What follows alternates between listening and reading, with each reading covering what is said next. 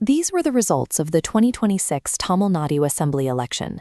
The Tamilnaga Vetri Kalagam, or TVK, emerged as the single largest party with 108 seats. The two parties that had collectively governed the state for nearly 60 years, the DMK and AIADMK, were pushed to 59 and 47 seats respectively.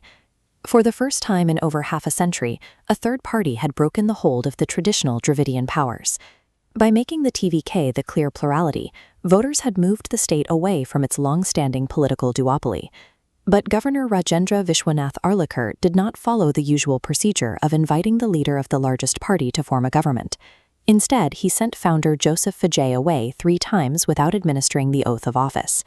This refusal created a standoff.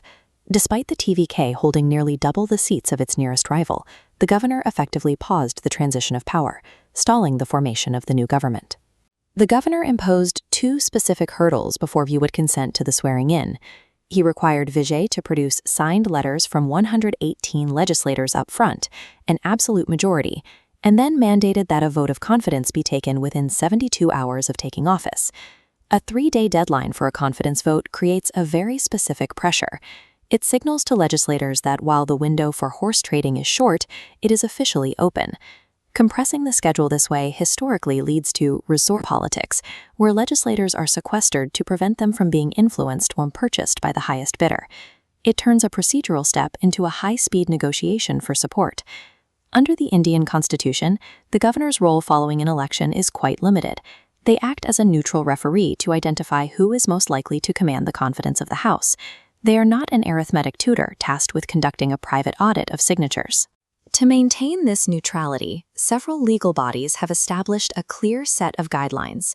The Sarkaria, Venkatalachelya, and Punchhi Commissions all investigated how governors should handle a split assembly.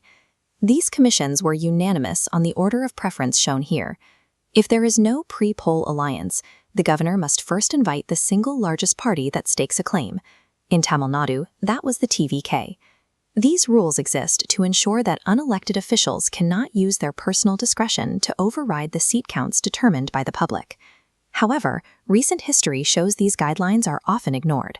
In Goa and Manipur in 2017 and Karnataka in 2018, governors skipped over the single largest party to invite the BJP instead. In those instances, the governors used an expansive reading of their own power.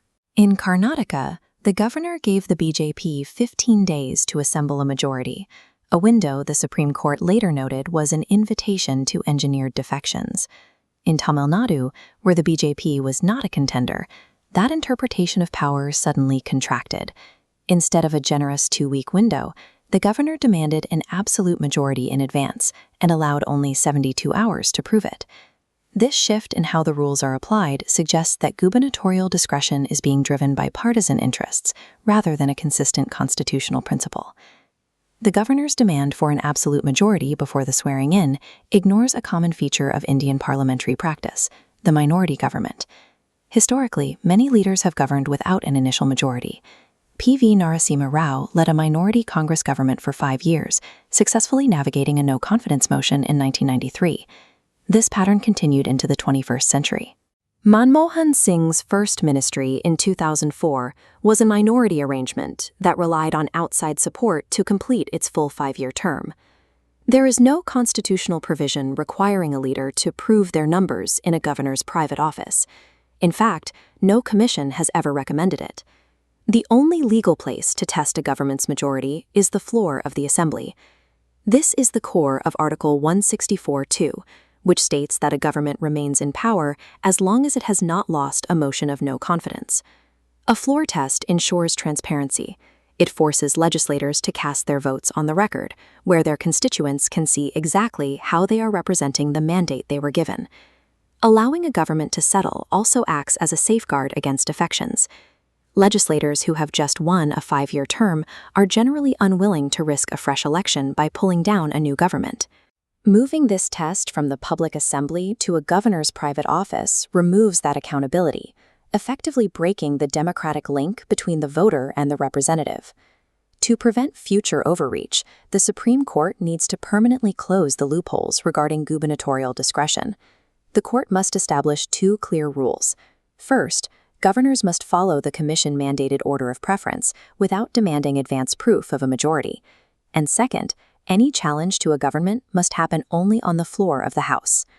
A final reform would be to replace governor-mandated confidence votes with opposition-led no-confidence votes. This shifts the focus from a rushed headcount to a genuine debate on why a government should be removed. Governors are appointed by the president, but their mandate is bound to the voter. In a parliamentary democracy, the math of the ballot box must always carry more weight than the discretion of an unelected official.